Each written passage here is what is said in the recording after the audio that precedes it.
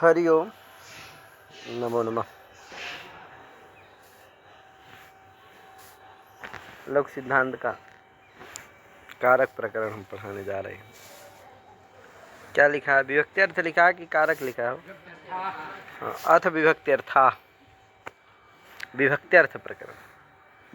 कहीं कहीं कारक प्रकरण लिखा रहता है, कहीं विभक्ति अर्थ प्रकरण लिखा रहता है। आवजंत पुल्लिंग में पढ़े हैं सुऔजसिति। तेज तेज बोलिए।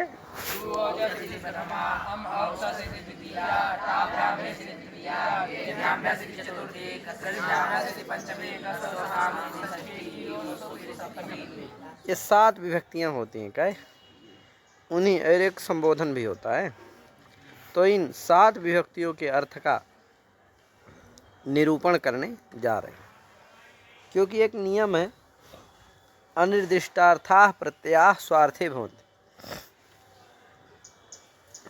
अनिर्दिष्टार्थाः प्रत्ययाः स्वार्थे भवन्ति। जिन प्रत्ययों का अर्थ निर्दिष्ट नहीं होता है वो प्रत्यय क्या होने लगते हैं? स्वार्थ में। तो ये भी प्रत्यय सुऔजस इत्यादि भी क्या होने लगेंगे? स्वार्थ में।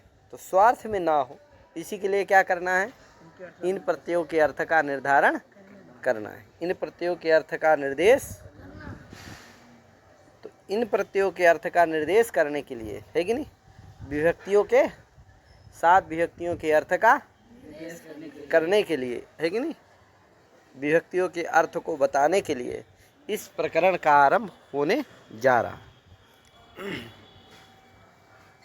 तो देखो, सबसे पहले प्रथमा विभक्ति है, फिर द्वितीया विभक्ति है, फिर तृतीया, चतुर्थी, पंचमी, षष्ठी और सप्तमी। तो क्रम से इन्हीं का निरूपण करेंगे। तो सबसे पहली कौन सी विभक्ति है? प्रथमा। तो कहे प्रथमा विभक्ति का अर्थ क्या है? प्रथमा विभक्ति किस अर्थ में होती? तो उसके लिए पहला सूत्र आया, प्रातिपदिकार्थ लिंग परिमाण वचन मात्रे प्रथमा। क्या आया? कहा भैया, जो प्रथमा होती है वो कहाँ होती है? प्रातिपदिकार्थ में होती है। कहाँ होती है? प्रातिपदिकार्थ में प्रथमा विभक्ति होती है। इसमें इसका विग्रह कर लीजिएगा। प्रातिपदिकार्थश्च प्रातिपदिकस्य अर्थः पदम पदम प्रतिपदम प्रतिपदम अर्हति इति प्रातिपदिकम, है कि नहीं? और तस्मात् प्रातिपदिका। प्रातिपदिकस्य अर्थः प्रातिपदिकार्थः। प्रातिपदिक के अर्थ को क्या कहते हैं? और फिर प्रातिपदिकार्थ का, तो प्रातिपदिक का अर्थ के साथ षष्ठी समास कर लेना, प्रातिपदिकस्य अर्थः प्रातिपदिकार्थ। और फिर प्रातिपदिकार्थ का, लिंग का, परिमाण, इनका सबका क्या करना? मात्र के पहले तक क्या कर लेना? इतरेतर योग द्वंद्व समास कर लेना। क्या? प्रातिपदिकार्थश्च लिंगंच परिमाणंच वचनंच इति प्रातिपदिकार्थ लिंग परिमाण वचन वचनानि इति। अब फिर वचनानि, यहाँ तक क्या हो गया? इतरेतर योग द्वंद्व समास हो गया। अब फिर वचनांत का मात्र के साथ क्या करना? तत्पुरुष समास, मयूर वेशकादयश्च से। समझे कि नहीं? नित्य समास करना। नित्य समास का मतलब होता है अन्य अश्वपद विग्रह, अविग्रह हुआ नित्य समासः। अश्वपद विग्रह का मतलब होता है अन्येन पदेन समासः। अन्येन पदेन, तो अन्य पद के साथ समास होना, अन्य पद के साथ विग्रह होना। तो यहाँ देखो, मात्र के साथ वचनांत का क्या हो रहा है? मात्र के साथ समास हो रहा है। और विग्रह किसके साथ करना है? इव के साथ अथवा एव के साथ। समझे कि नहीं? वचनानि एव, तो एव के साथ क्या करना है? विग्रह। और समास किसके साथ है? तो अन्येन पदेन विग्रह, अन्येन पदेन समासः, इसीलिए अश्वपद विग्रह हो गया, इसीलिए नित्य समास है। ठीक है भैया? नित्य समास का मतलब यही है, अन्य पद के अविग्रह नित्य समासः, अश्वपद विग्रह हुआ। ये हम बता चुके हैं, समास में अच्छी तरह से पढ़ाए हैं, बता चुके हैं। इसको आप समझ सकते हैं वहाँ जा कर के और अच्छे तरीके से। तो अन्येन पदेन विग्रह, अन्येन पदेन सा समासः। तो अन्येन पदेन मात्र के साथ समास हो रहा है, और अन्येन पदेन यानी एव के साथ क्या हो रहा है? विग्रह हो रहा है। इसीलिए क्या है? नित्य समास। तो मात्र के साथ क्या कर लिए, वचनांत का मात्र के साथ क्या किए, नित्य तत्पुरुष समास किया है भैया, मयूर वंश का आदेश इस सूत्र के द्वारा। विग्रह क्या था, प्रातिपदिकार्थ लिंग परिमाण वचनानि एव इति प्रातिपदिकार्थ लिंग परिमाण वचन मात्रम तस्मिन् प्रातिपदिकार्थ लिंग परिमाण वचन मात्रे प्रथमा। समझे कि नहीं। अब देखो मात्र शब्द जो है द्वंद्व के अंत में श्रूयमाण है, इसीलिए क्या करना, द्वंद्वादौ द्वंद्व मध्य द्वंद्वान्ते च श्रूय, समीप में श्रूयमाण है, द्वंद्व का अंतावयव नहीं है, अपितु द्वंद्व के क्या है, समीप में।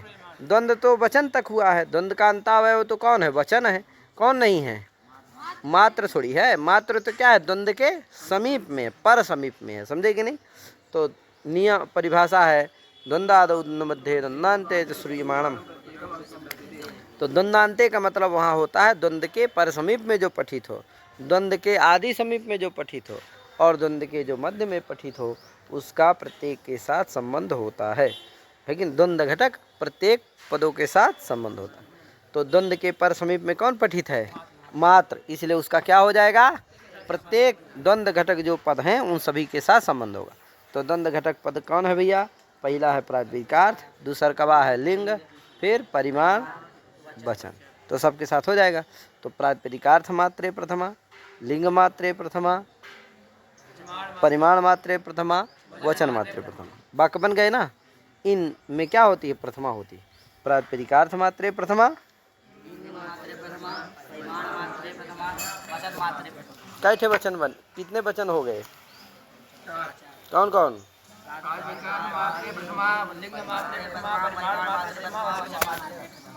तो इस तरह से नित्य समास कर लेना चाहिए।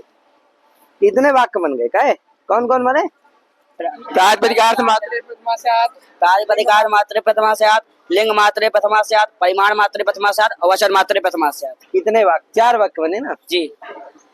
अब इनका सबका उदाहरण भी है। प्रातिपदिकार्थ मात्रे प्रथमा स्यात्, इसका उदाहरण क्या है, उच्चै उच्चै नीचै नीचै कृष्णा श्री ज्ञानम, कृष्णा श्री ज्ञानम ज्ञानम, ये सब किसके उदाहरण है, प्रातिपदिकार्थ मात्रे प्रथमा, प्रातिपदिकार्थ मात्रे प्रथमा स्यात् इसके। दूसरा का वाक्य क्या है, लिंग मात्रे प्रथमा स्यात्। लिंग दूसरा वाक्य बोलो ना महाराज, क्या है, लिंग मात्रे प्रथमा स्यात्। सब लोग बोल दोगे तो पाप लग जाएगा क्या, युवराज जी, मात्रे प्रथमा स्यात्। युवराज ऐसे सिद्ध बन के बैठा है जैसे लग रहा है कि ये थे बाबा वहाँ आया है, एक ही बाबा इतने सिद्ध बना है, कहाँ, कुंभ मेला में। एक आध दूठे हमारे पास सिद्ध बिना बाबा ही बने सिद्ध हो गए क्या। चलो बोलो, लिंग मात्रे प्रथमा स्यात्, ये सब लोग बोलो, लिंग मात्रे प्रथमा स्यात्। इसका उदाहरण क्या है, ततः तटी तटम, ततः तटी तटम, ततः तटी तटम। और फिर दूसरा का वाक्य क्या है, परिवार मात्रे प्रथमा स्यात्। इसका उदाहरण क्या है, द्रोणो व्रीहि, फिर द्रोणो व्रीहि, फिर कौन सा है चौथा, वचनम मात्रे प्रथमा, वचन मात्रे प्रथमा स्यात्। क्या है, वचन मात्रे प्रथमा स्यात्। इसका उदाहरण क्या है, एका द्वौ बहवः, एकः द्वौ बहवः। समझ गए जी। अब चलो पहला वाक्य क्या है, प्रातिपदिकार्थ मात्रे प्रथमा स्यात्। क्या है, प्रातिपदिकार्थ मात्रे प्रथमा स्यात्। इसका अर्थ क्या है, इसका मतलब क्या है, कहे इसका मतलब क्या है, तो कहा भैया, प्रातिपदिक से अर्थ प्रातिपदिकार्थ, प्रातिपदिक अर्थः प्रातिपदिकार्थ है कि नहीं। तो कहा भैया देखो प्रातिपदिकार्थ क्या है, किसको कहते हैं प्रातिपदिकार्थ, तो कहा देखो प्रातिपदिक अर्थ प्रातिपदिकार्थ, मतलब प्रातिपदिक पदनिष्ठ शक्ति विषयी भूतो अर्थ प्रातिपदिकार्थ। प्रातिपदिकार्थ किसे कहते हैं, प्रातिपदिक पदनिष्ठ शक्ति विषयी भूतो अर्थ प्रातिपदिकार्थ। प्रातिपदिक पद निष्ठ शक्ति विषयी भूतो अर्थ प्रातिपदिकार्थ। प्रातिपदिक पद में रहने वाली जो शक्ति उस शक्ति के विषयीभूत जो अर्थ होते हैं उन्हीं को क्या कहते हैं? प्रातिपदिकार्थ। जैसे देखो घटार्थ किसे कहेंगे? घट पद निष्ठ शक्ति विषयीभूत जो अर्थ रहेगा उसी को क्या कहेंगे? घटार्थ कहेंगे। पटार्थ किस क्या होगा? पद शक्ति। अरे पद पद में रहने वाली जो शक्ति उस शक्ति का विषयीभूत जो अर्थ होगा वही क्या होगा? पटार्थ होगा। होगा। तो पद पद निष्ठ शक्ति विषयीभूत अर्थ पटार्थ। घट पद निष्ठ शक्ति विषयीभूत अर्थ घटार्थ। घटार्थ। मठ पद निष्ठ शक्ति विषयीभूत अर्थ मठार्थ। नहीं बोल सकते? कुछ बोलो अपने से बना के। तीसर कबा पट पट पद पद निष्ठ शक्ति भूत शक्ति विषयी भूतो अर्थ पदार्थ। फिर से बोलो 2 बार, 2-3 बार बोलो। पद निष्ठ। अरे तुम घटार्थ का आया? तुम्हें नहीं आया? एक ठेका बोलो किसी का तब आएगा। बोलो बोलो आराम से बोलो, कोई बात नहीं, हम धीरे धीरे चलेंगे। हाँ पद सब पीछे दे दो, कोई पहले बोले, तुम घबरा रहे हो। हाँ पट पद शब्द पद शब्द निष्ठ। छोटू को दे दो, छोटू को बोले। पाठ पद निष्ठ शक्ति विषयी भूतो अर्थ पठार्थ। घटार्थ का बोलो। घट पद निष्ठ शक्ति विषयी भूतो अर्थ घटार्थ। प्रातिपदिकार्थ। प्रातिपदिक पद निष्ठ शक्ति विषयी भूतो अर्थ प्रातिपदिकार्थ। बहुत बढ़िया, ताली बजा दो छोटू के लिए। हाँ बोलो, अब कौन बोलेगा? ये क्या नाम है इस लड़के का? आर्यन बोलेगा। अरे इस लड़के का नाम क्या है? प्रातिपदिक पीयूष मिश्रा जी नहीं बोल रहे। प्रातिपदिक पद निष्ठ शक्ति विषयी भूत यो अर्थ प्रातिपदिकार्थ। प्रातिपदिक पद निष्ठ तेजी से बोलो, सुनाई देते हमको भी। प्रातिपदिक पद निष्ठ शक्ति विषयी भूतो यो अर्थ। यो अर्थ काहे बोल रहे हो? भूतो अर्थ प्रातिपदिकार्थ। अरे औ बोलो का दूठे घटार्थ बोलो। घाट पद निष्ठ शक्ति विषयी भूतो अर्थ घटार्थ। अब इधर दे दो, कोई बोले। पीयूष मिश्रा जी को दे दो, बोले। पट पद शब्द निष्ठ। अरे अरे अरे अरे पट पद कहो चाहे पट शब्द कहो, एक ही बात है। पट शब्द तो पट पद शब्द बोलो, निष्ठ पद बोलो। शक्ति विषयो भूतो देखो क्या बोल रहे अर्थ विषय भूतो अर्थ पदार्थ। पट पद निष्ठ शक्ति विषयो भूतो अर्थ विषयी भूतो अर्थ पटार्थ। घट पद निष्ठ शक्ति पट शब्द निष्ठ शब्द की जगह पद बोल दो। पट पद निष्ठ शक्ति विषयी भूतो अर्थ पटार्थ। बहुत बढ़िया। घट पद निष्ठ शक्ति विषयी भूतो अर्थ घटार्थ। प्रातिपदिक पद निष्ठ शक्ति विषयी भूतो अर्थ प्रातिपदिकार्थ। ठीक है, अब बोलेंगे। अब गर्गाचार्य जी। घट पद निष्ठ शक्ति विषयी भूतो अर्थ घटार्थ। सोचो कितने कष्ट से निकल रहा शब्द, क्या निकल रहा है ना? अरे बड़ी कठिनता से क्या निकल रहे हैं, शब्द निकल रहे हैं। हाँ चलो, इनको बाद में याद कर लेना, बढ़िया से तैयार कर लेना। देखो बुलवा दिए, एक ठे बोल लिए, सभी बोल लोगे क्या? हाँ प्रातिपदिकार्थ बोलो। प्रातिपदिकार्थ पद निष्ठ प्रातिपदिक पद निष्ठ शक्ति विषयी अर्थ विषयी भूतो अर्थ। घबरा रहे हो गर्गाचार्य? घबराया नहीं जाता, आराम से किसी चीज को बढ़िया से बोला जाता, कोई कठिनता नहीं। एक बोलो, कह देखो ओम प्रकाश बोल देगा। देख कोई भी दे दो। ओम प्रकाश टाइट पुरुष है। हाँ प्रातिपदिक पद निष्ठ शक्ति विषयी भूतो अर्थ प्रातिपदिकार्थ। पटार्थ मतलब पट पद निष्ठ शक्ति भूतो विषयी भूतो अर्थ पटार्थ। ठीक है, एक ठे बोलोगे तो सब बोलोगे। प्रातिपदिकार्थ का मतलब हो गया प्रातिपदिक पदनिष्ठ शक्ति विषयी भूतो अर्थ प्रातिपदिक। का भैया प्रातिपदिक पदनिष्ठ शक्ति विषयी भूत अर्थ क्या है? तो कहा स्वार्थम द्रव्यम च लिंगं च संख्याकारकमेव च अमी पंचैव नामार्था त्रयः केषाञ्चिदग्रिमा। ये क्या स्वार्थम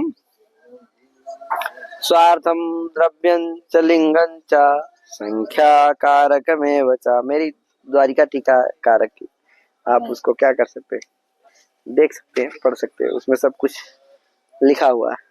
हाँ, तो स्वार्थम द्रव्यं च लिंगं च संख्याकारकमेव च अमी पंचैव नामार्थाः त्रयः केषाञ्चिदग्रिमाः। क्या स्वार्थं द्रव्यं च लिंगं च संख्याकारकमेव च अमी पंचैव नामार्थाः त्रयः केषाञ्चिदग्रिमाः। अब देखो 5 ठो नामार्थ होते हैं। कहे स्वार्थ, द्रव्य, लिंग, संख्या, कारक। कुछ लोग 3 आगे के मानते हैं। क्या है कि नहीं? स्वार्थ, द्रव्य, लिंग। और कुछ लोग क्या मानते हैं 5 कारक, 5 प्रातिपदिक अर्थ होते हैं। कौन कौन से?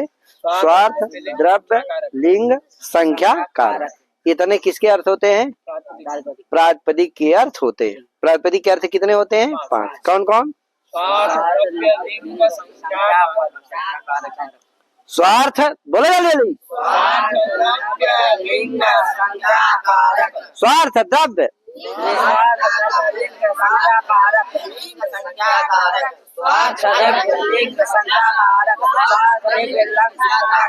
स्वार्थ, द्रव्य, लिंग, संख्या, कारक। क्या? लिंग संख्या कारक। लिंग संख्या कारक। अब देखो स्वार्थ माने क्या होता है? तो का स्वार्थ मतलब होता है जाति, घटत्व, पटत्व, ये जो जाति है क्या है? स्वार्थ। तो द्रव्य क्या है? व्यक्ति। द्रव्य से किसको लेना है? घटत्व विशिष्ट जो घट, घटत्व विशिष्ट जो घट है वो क्या है? व्यक्ति। घटत्व स्वार्थ है और घटत्व विशिष्ट जो घट है वो क्या है? द्रव्य है, यानी व्यक्ति है। तो स्वार्थ, द्रव्य। लिंग क्या है? घट में रहने वाला जो लिंग है कौन सा है? पुंस तो है। घट क्या होता है? पुल्लिंग। पुल्लिंग होता है। घटा, घटऊ, घटा, घटा, घटऊ, तो क्या है? पुल्लिंग है। तो उसमें कौन सा लिंग रह रहा है? पुंस तो लिंग। समझे कि नहीं? तो क्या हुआ? स्वार्थ, स्वार्थ माने जाति, द्रव्य माने घटत्व विशिष्ट घट व्यक्ति, और लिंग मतलब पुंसत्व, स्त्रीत्व, क्लीबत्व। ठीक है ना? नपुंसकत्व, एक ही चीज। तो ये हो गया लिंग। स्वार्थ, द्रव्य, लिंग। अब आया क्या? संख्या। संख्या क्या है भैया? तो कहा एकत्व, द्वित्व, बहुत, ये सब क्या है? संख्या। जान गए 4। स्वार्थ, द्रव्य, लिंग, संख्या। कारक क्या है भैया? तो कहा कि कर्तृत्व, कर्मत्व, करणत्व, संप्रदानत्व, उपादानत्व, अधिकरणत्व। ये क्या है? कारक। ये सब किसके अर्थ होते हैं? प्रातिपदिक के। तो प्रातिपदिक के कितने अर्थ होते हैं? 5। जान गए कौन कौन? स्वार्थ, लिंग, संख्या, कारक। स्वार्थ माने जाति और लिंग मतलब व्यक्ति, व्यक्ति, और लिंग मतलब पुरुष, स्त्री, नपुंसक, क्लीबत्व। ये लिंग, लिंग। और संख्या, एकत्व, बहुत्व, एकत्व, द्वित्व, बहुत, और कारक, कर्तृत्व, कर्मत्व, करणत्व, संप्रदानत्व, उपादानत्व, अधिकरणत्व। ये क्या है? कारक। कोई समस्या है किसी को? अब देखो ये क्या होते हैं? प्रातिपदिक के अर्थ होते हैं। प्रातिपदिक के अर्थ क्या है? ये स्वार्थ, द्रव्य, लिंग, संख्या, कारक। इन्हीं अर्थ में क्या होती है? प्रथमा विभक्ति होती है। प्रातिपदिकार्थ मात्रे प्रथमा स्यात्। इसका मतलब जान गए? प्रातिपदिकार्थ मात्र में क्या होती है? प्रथमा विभक्ति होती है। ठीक है ना? तो जैसे देखो घट है, क्या है? अथवा उदाहरण दिया है कृष्णा श्री ज्ञान। कृष्णा क्या है? नित्य पुल्लिंग है। कृष्णा। श्री क्या है? नित्य स्त्रीलिंग है। कृष्णा श्री ज्ञानम नित्य। कृष्णा श्री ज्ञानम।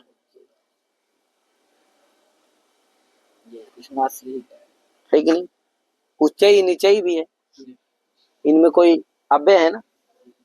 अव्यय में क्या नहीं होता? कोई लिंग नहीं होता है कि नहीं, उच्चैस्त उच्चई।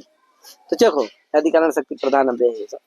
तो क्या हुआ, अब देखो प्रातिपदिकार्थ मात्र के उदाहरण क्या होते हैं, तो क्या होते हैं,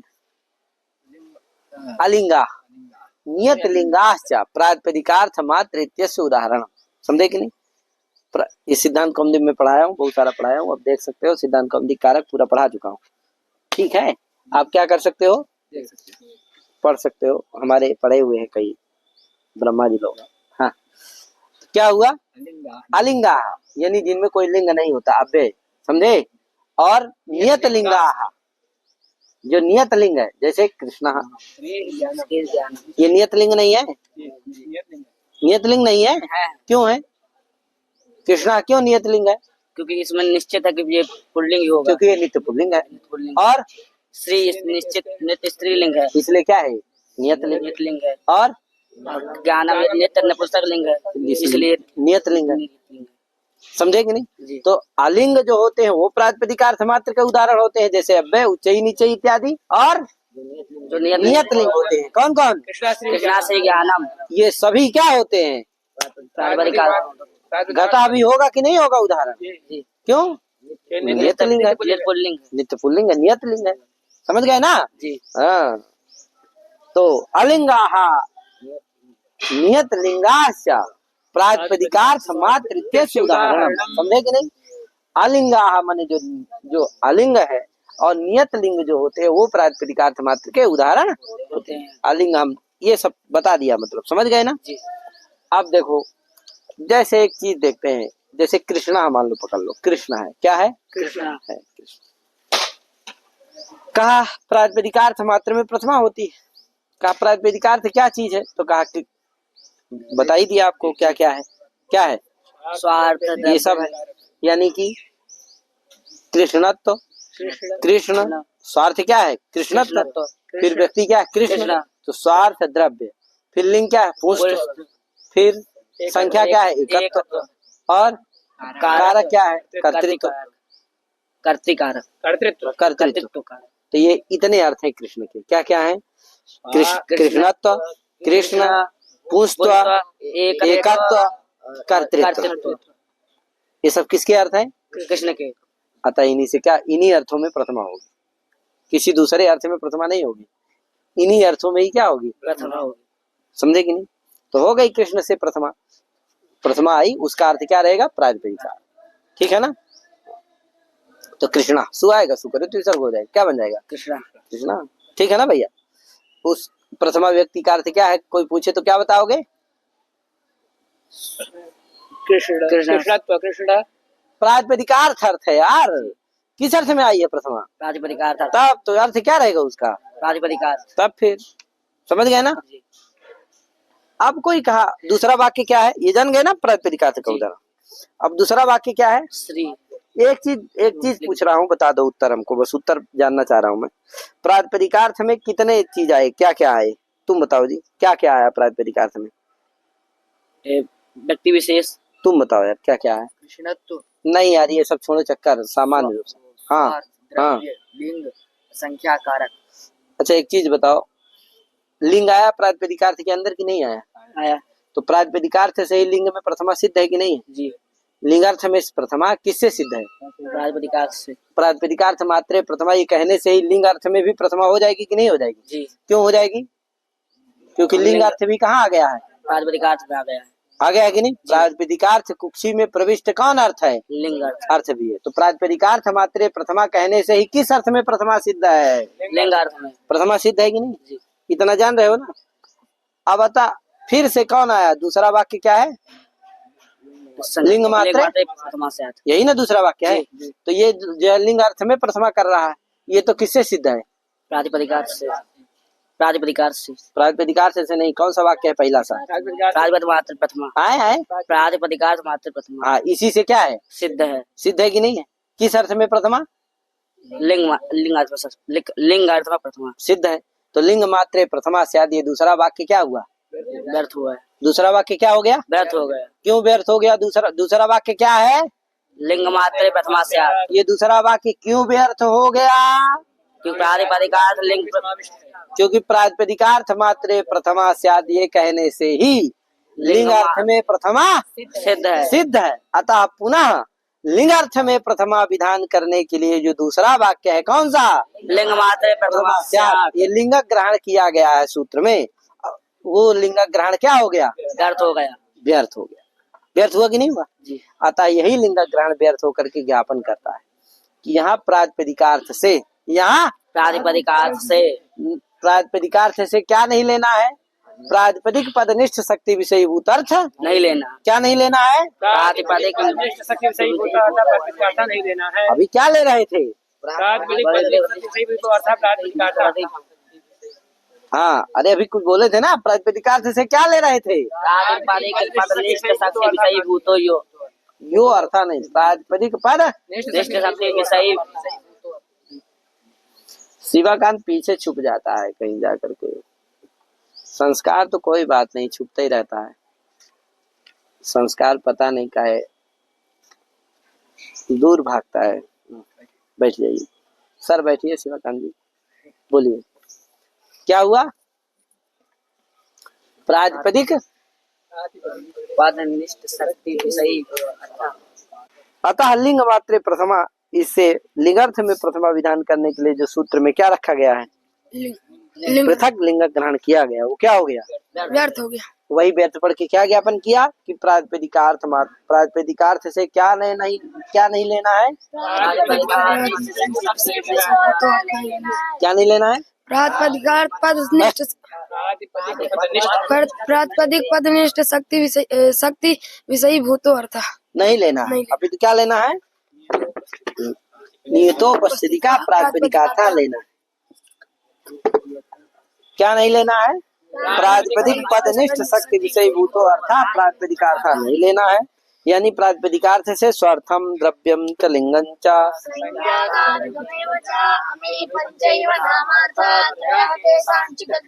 ये नहीं लेना है।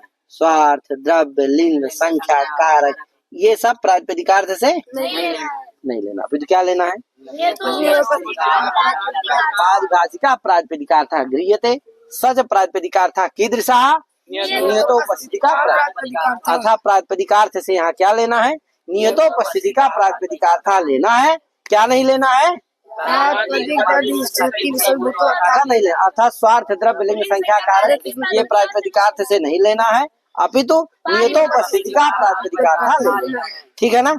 तो कौन है प्रातिपदिकार्थ? नियतोपस्थिति का प्रातिपदिकार्थ। नियतोपस्थिति का प्रातिपदिकार्थ का मतलब है कि यस्मिन् प्रातिपदिके उच्चारिते सति यस्य अर्थस्य नियमेन उपस्थिति भवति सब प्रातिपदिकार्थ। यस्मिन् प्रातिपदिके उच्चारिते सति यस्य अर्थस्य सब प्रातिपदिकार्थ। समझे कि नहीं? यस्मिन्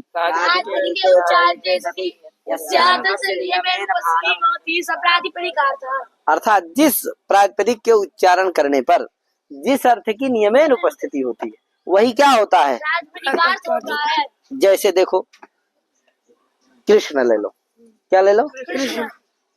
कृष्ण प्रातिपदिक के उच्चारण करने से किस अर्थ की नियमेन उपस्थिति होती है? समवायत और पुष्ट।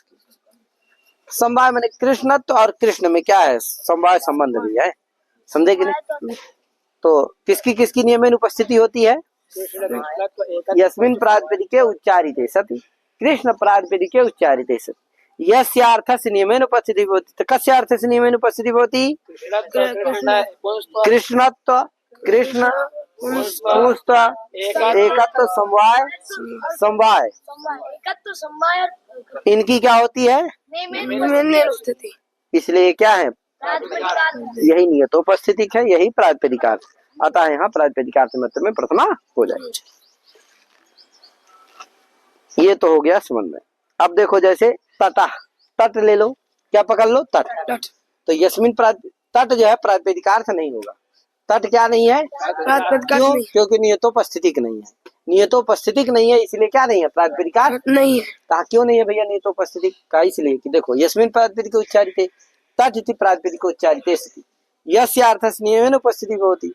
तो तट, तटत्व, समवाय, एकत्व, इनकी नियमेन उपस्थिति होती है, लेकिन पुंस्त की नियमेन उपस्थिति नहीं है। जहाँ जहाँ तट का उच्चारण करो वहाँ सब जगह पुंस्त की ही उपस्थिति हो, ऐसी बात कहीं पर तट से क्या होती है, पुंस्त की उपस्थिति होती है, कहीं पर स्त्रीत्व की, कहीं पर क्लीवत की, कहीं पर पुंस्त की प्रतीति होती है तट शब्द से, कहीं पर स्त्रीत्व की प्रतीति होती है, कहीं नपुंसक कहीं पर क्लीवत की प्रतीति होती है। इसका मतलब है कि तट शब्द से लिंग की नियमेन उपस्थिति नहीं, बाकी तो सबकी है, लेकिन लिंग क्यों नहीं? है कि नहीं। टाप के समव्यार होने पर स्त्रीत्व की उपस्थिति होती है, विसर्ग के समव्यार होने पर पुंस्त की उपस्थिति होती है, अम के समव्यार होने पर, इसलिए तट शब्द से नियमेन लिंग की उपस्थिति नहीं होती, इसीलिए तट क्या नहीं है, नियुतोपस्थिति है, नहीं, इसीलिए क्या नहीं है, प्रातिपदिकार्थ नहीं, इसलिए प्रातिपदिकार्थ मात्र प्रथमा से प्रथमा नहीं सिद्ध हो सकती, तट में हो सकती है प्रथमा, अतः वहां पर भी प्रथमा हो जाए इसके लिए सूत्र में क्या रखा गया है, लिंग ग्रहण किया गया, समझे कि नहीं। इसीलिए दूसरे वाक्य का अर्थ क्या होता है, लिंग मात्रे प्रथमा से। इसका अर्थ होता है कि यत्र प्रातिपदिकार्थापेक्षया लिंग मात्रम अधिकम भासते तत्र प्रातिपदिकार्थे प्रथमा। क्या अर्थ है इसका, लिंग मात्रे प्रथमा स्यात्, लिंग मात्रे, इसका अर्थ है कि यत्र प्रातिपदिकार्थापेक्षया लिंग मात्रम अधिकम भासते तत्र प्रातिपदिकार्थे प्रथमा, समझे कि नहीं। जहाँ पर प्रातिपदिकार्थ की अपेक्षा कौन अधिक भाषित हो रहा हो, लिंग मात्र केवल लिंग की अधिकता हो, लिंग मात्र अधिक भाषित हो रहा हो, वहीं पर क्या होता है, वहां पर भी प्रातिपदिकार्थ में प्रथमा होती। तो देखो तट में क्या होता है, प्रातिपदिकार्थ की अपेक्षा क्या भाषित हो रहा है, अधिक लिंग ही न भाषित हो रहा है, कौन सा, कहीं पुंस्त कहीं, प्रातिपदिकार्थ की अपेक्षा क्या अधिक भाषित हो रहा है, लिंग। अतः यहाँ क्या हो जाए, यहाँ पर भी लिंग मात्रे प्रातिपदिकार्थ में प्रथमा हो जाएगी, तो जिससे तट से भी क्या हो जाएगी, प्रातिपदिकार्थ में प्रथमा हो जाएगी। अच्छा, तटम त्रिस्वीय कोश है, तट जो है क्या होता है, तीनों लिंग में होता है, तो तीनों लिंग में होता है, इसीलिए तट शब्द से लिंग की नियमेन उपस्थिति नहीं होती है, इसीलिए तट से प्रातिपदिकार्थ मात्रे प्रथमा इस वाक्य से प्रथमा नहीं होता, इसीलिए दूसरा वाक्य लिंग ग्रहण किया गया है।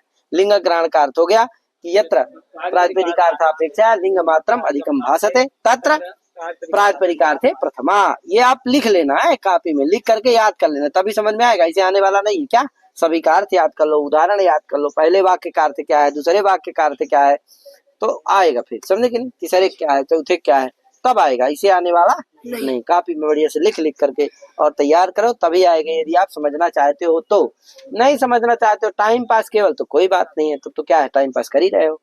हाँ, तो प्रातिपदिकार्थ मात्रे प्रथमा स्यात्, इसका भी हो गया, लिंग मात्रे प्रथमा स्यात्, इसका भी अर्थ भी हो गया, उदाहरण हो गया ना। अब तीसरा क्या है, परिमाण मात्र प्रथमा स्यात्, परिमाण मात्रे प्रथमा स्यात्, तो इसको हम आगे वाक्य में पढ़ाएंगे, परिमाण मात्रे प्रथमा स्यात्, वचन मात्रे, इसको आगे पढ़ाएंगे, 2 पाठ में इसको करते हैं। आज इतने पढ़ा के अपनी बाणी विराम दे रहा हूँ। सभी को हरिओम, नमः, जय श्री राम।